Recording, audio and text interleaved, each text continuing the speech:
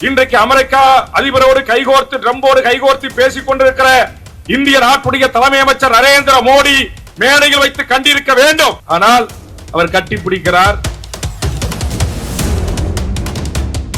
பாராட்டுகிறார், பாச மழையில் நனைகிறார். சொந்த இந்திய நாட்டின் குடிமகன் அங்கு சிறை கொட்டையில் கிடப்பது போல் கிடக்கிறான், கைது செய்யப்பட்டு. அண்ணன் வைகோ அவர்களுக்கும், அண்ணன் திருமா அவர்களுக்கும், அண்ணன் முத்தரசன் அவர்களுக்கும், அண்ணன் ஆசை தம்பி அவர்களுக்கும் இந்த மேடையில் ஒரு வேண்டுகோளை வைக்கிறேன்.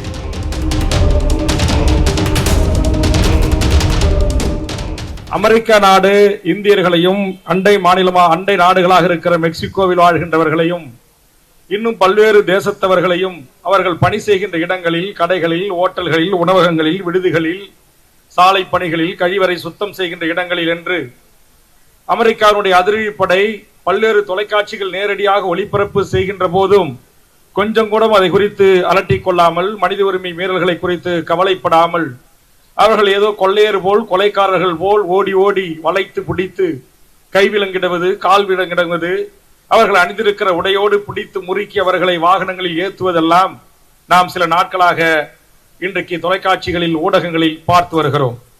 இது மாபெரும் ஒரு மனித உரிமை மீறல் என்கிற அளவிலும், ஒரு நாடு ஒரு ஆட்சி மாற்றம் ஏற்பட்ட உடனேயே பன்னெடுங்காலமாக அந்த நாட்டில் வாழ்கின்ற இதர நாட்டை சேர்ந்தவர்களை இப்படி மனிதநேயம் அற்ற முறையில் நடத்துவதை இக்கூட்டம் மிக வன்மையாக கண்டிக்கிறது. அதோடு மட்டுமல்ல, இன்றைக்கு அந்த மெக்சிகோ இந்திய நாட்டினுடைய அந்த சாதாரண தொழிலாளர் தோழர்கள் இல்லை என்று சொன்னால் அமெரிக்கா பீற்றிக் கொள்ளுகிற உலகத்தின் மிகப்பெரிய வளர்ந்த நாடு என்பதற்கான அந்த அடி செங்கல் உருவப்படும் என்பதுதான் நிதர்சனமான உண்மை.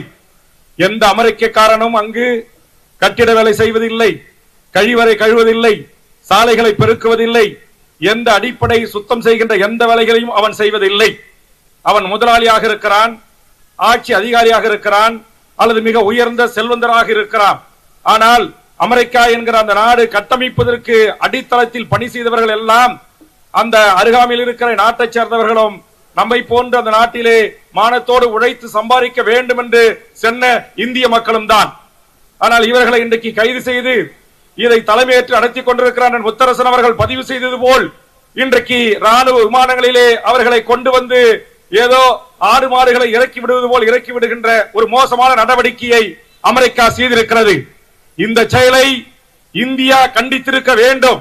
இன்றைக்கு அமெரிக்கா அதிபரோடு கைகோர்த்து ட்ரம்போடு கைகோர்த்து பேசிக் கொண்டிருக்கிற இந்திய நாட்டுடைய தலைமை அமைச்சர் நரேந்திர மோடி மேடையில் வைத்து கண்டிருக்க வேண்டும். ஆனால் அவர் கட்டிப்பிடிக்கிறார், பாராட்டுகிறார், பாச மழையில் நனைகிறார். ஆனால் சொந்த இந்திய நாட்டின் குடிமகன் அங்கு சிறை கொட்டையில் கிடப்பது போல் கிடக்கிறான், கைது செய்யப்பட்டு அநியாயமாக விரட்டி அடிக்கப்படுகின்றார்கள். ஒரு விசா ப்ராசஸ்க்கு சாதாரண கூலியா இருந்தாலும், கல்லூரியில் வேலைக்கு போறவனா இருந்தாலும், படிக்கிறவனா இருந்தாலும் அவனுடைய பேங்க் அக்கௌண்ட்ல 50 லட்சம் ரூபாய் இல்லைன்னா விசா கிடையாது. அப்ப சாதாரண கூலியா போறவங்க கூட காகானி அரகானி வித்து, அண்டா குண்டான வித்து, தாலியை வித்து, வெள்ளாகுடியை வித்து, குதிரைகளுடைய நகை நட்டு வித்து பேங்க்ல கொண்டு போய் டெபாசிட்ட போட்டு அதை ஆவணமா காட்டின பிறகுதான் அமெரிக்கா விசா கொடுக்கிறான். அப்படி போனவர்கள் தான் அங்க இருக்கிற யாராக இருந்தாலும். அப்படி போனவர்களை நீங்கள் ஒரே இரவில் ஆட்சி மாற்றத்தினூடாக நீங்கள் அவர்களை இன்றைக்கு வெளியேற்றுவது என்பது ஒரு ஜனநாயக மரபுகளுக்கு எதிரானது என்பதை தமிழக வாழ்வுரிமை கட்சி சிபிஐ இந்த மேடையிலிருந்து மிக வன்மையாக நாங்கள் கண்டிக்கிறோம். அதே மாதிரி அண்ணன் வைகோ அவர்களுக்கும், அண்ணன் திருமா அவர்களுக்கும், அண்ணன் முத்தரசன் அவர்களுக்கும், அண்ணன் ஆசை தம்பி அவர்களுக்கும் இந்த மேடையில் ஒரு வேண்டுகோளை வைக்கிறேன். சமீப காலமாக இந்திய அரசு அதனுடைய ஐபி என்று சொல்லக்கூடிய இந்திய அரசின் உளவு நிறுவனம், இந்தியாவுடைய RAW என்று சொல்லக்கூடிய நிறுவனம் ஈழத்தில் இனப்படுகொலைக்கு உள்ளாகி 15 ஆண்டுகள் கழித்தும் கூட இந்த மண்ணில் படகுகள் வழியாக அல்லது விமானத்தின் வழியாக வந்து அகதிகளாக தாயகம் அரவணைத்துக் கொண்டு வாழ்கின்ற ஈழத்து தொப்புள்குடி உறவுகளை இன்றைக்கு தமிழ்நாடு அரசுக்கு பல்வேறு விதமான அழுத்தங்களை தந்து இன்றைக்கு சில நாட்களாக தொடர்ந்து ஈழத்தமிழர்கள் கைது செய்யப்பட்டுக் கொண்டு வருகிறார்கள். நான் கேட்கிறேன், இந்திய அரசை, எமது ஈழ உறவுகளுக்கு நான் சொன்ன இந்த தலைவர்கள் அனைவரும் நாங்கள் இரட்டை குடியுரிமை கேட்கிறோம். அவர்கள் எங்கள் தொப்புள்குடி உறவுகள். அவர்கள் இந்த மண்ணில் வாழ்வதை தடுக்கின்ற உரிமை உனக்கு இல்ல, எங்க நாடு நாங்க பாத்துக்கிறோம் அப்படின்னு சொல்றோம். உங்ககிட்ட அரசு அதிகாரம் இருக்கு அப்படிங்கிறதுக்காக இரட்டை குடியுரிமை கேட்டா கொடுக்கல. லட்சக்கணக்கான மக்கள் போரினால் பாதிக்கப்பட்டு 1.5 லட்சம் மக்கள் படுகொலைக்கு உள்ளாகி 50,000 மாவீரர்கள் அந்த மண்ணில் விதையாக விழுந்த போது தப்பி தவறி காயம் பட்டு கண் போய் கால் போய் இங்கு அகதியா வந்து சிகிச்சையில் இருக்கிறாங்க, பாதிப்பில் இருக்கிறாங்கன்னா அவர்களை புலிகள், நாளை இவர்கள் புலிகளாக உருவாவார்கள். 2009 விடுதலை புலிகளின் ஆயுதம் மௌனிக்கப்பட்ட பிறகு இந்த மண்ணில் உயிர் வைத்துக் கொண்டிருக்கிற அந்த முன்னாள் போராளிகளை, தமிழீழ மண்ணை பொறுத்தவரையில் அங்கு பொதுமக்கள் தான் புலிகள், புலிகள் தான் பொதுமக்கள் என்கிற ஒரு நிலையில் தான் தமிழ் ஈழம் அன்றைக்கும் இருந்தது, இன்றைக்கும் இருக்கிறது. ஆனால் அவர்கள் ஆயுத போராட்டத்தை அங்கு நடத்தவில்லை. இந்திய மண்ணின் இறையாண்மைக்கு, இந்தியாவினுடைய பாதுகாப்புக்கு அச்சுறுத்தலாக எந்த பணிகளும் செய்யவில்லை.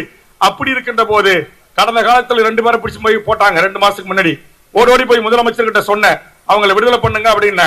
ஒன்றிய அரசு ஐபி தொடர்ச்சியா கொண்டு வந்து காமிச்சு பிடிச்சு கொடுத்துட்டாங்க. எங்களால ஒன்னும் செய்ய முடியலனாங்க. சரி பரவாயில்ல, நாங்கள பெயில் எடுத்துக்கிறோம். பெயில் எடுக்க போனா நேத்திக்கு காஞ்சி மக்கள் மன்றத்தினுடைய தோழர்கள் ஜாமீன் கொடுக்க போறாங்க.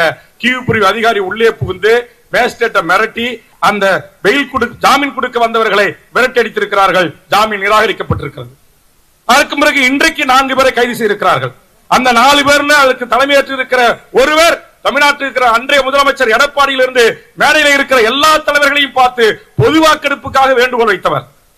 அதுல இன்னும் ஒன்று, அண்ணன் வைகோவை எப்படியாவது திமுக கூட்டத்திலிருந்து ஒரு கோபத்துக்குள்ளாக்கணும் சொல்லி வைகோவுடைய உதவியாளராக இருந்த ஒருவரை கைது செய்துவிட்டோம் என்ற ஐபி பொய் செய்தியை பரப்பி ஒரு பதட்டத்தை உருவாக்கி கூட்டணியிலே குழப்பத்தை ஏற்படுத்துறான். இதையெல்லாம் ஒன்றிய நரேந்திர மோடி அரசு செய்து கொண்டிருக்கிறது. நான் கேட்கிறேன், இந்திய கம்யூனிஸ்ட் தோழர்களும் இங்க மேடையில் இருக்கிற தலைவர்களும் இன்றைக்கு இந்தியாவை சேர்ந்தவர்கள் அமெரிக்காவில் கைது செய்யப்படுவதை, விரட்டி அடிப்பதை நாம் கண்டிக்கிறோம். அதே மாதிரி நம் ஈழத்து உறவுகளை ஒன்று நீங்கள் இரட்டை குடியுரிமை கொடுத்து இங்கு வாழ விடுங்கள், அல்லது அவர்கள் தான் விரும்புகிற நாடுகளுக்கு செல்வதற்கான வாய்ப்பை உருவாக்கி தாருங்கள். பாவம், இன்னைக்கு போயிட்டு 2 மாசமா எந்த ஜெயில வச்சிருக்காங்க, எந்த ஸ்டேஷன்ல ரிமாண்ட் பண்ணாங்க, எந்த கோர்ட்டுக்கு கொண்டு போனாங்கன்னு தமிழ்நாட்டு வழக்கறிஞர் பெருமக்கள் அலைய விடுறான். நம்முடைய கியூ பிரான்ச் அதிகாரிகள் வாய் திறக்க மறுக்கிறார்கள். அந்த அளவுக்கு ஒன்றிய அரசுடைய அழுத்தம், ஒன்றிய அரசுடைய உளவு பிரிவுடைய அழுத்தம் இங்கு தமிழ்நாட்டு கியூ பிரிவை இயக்குகிறது.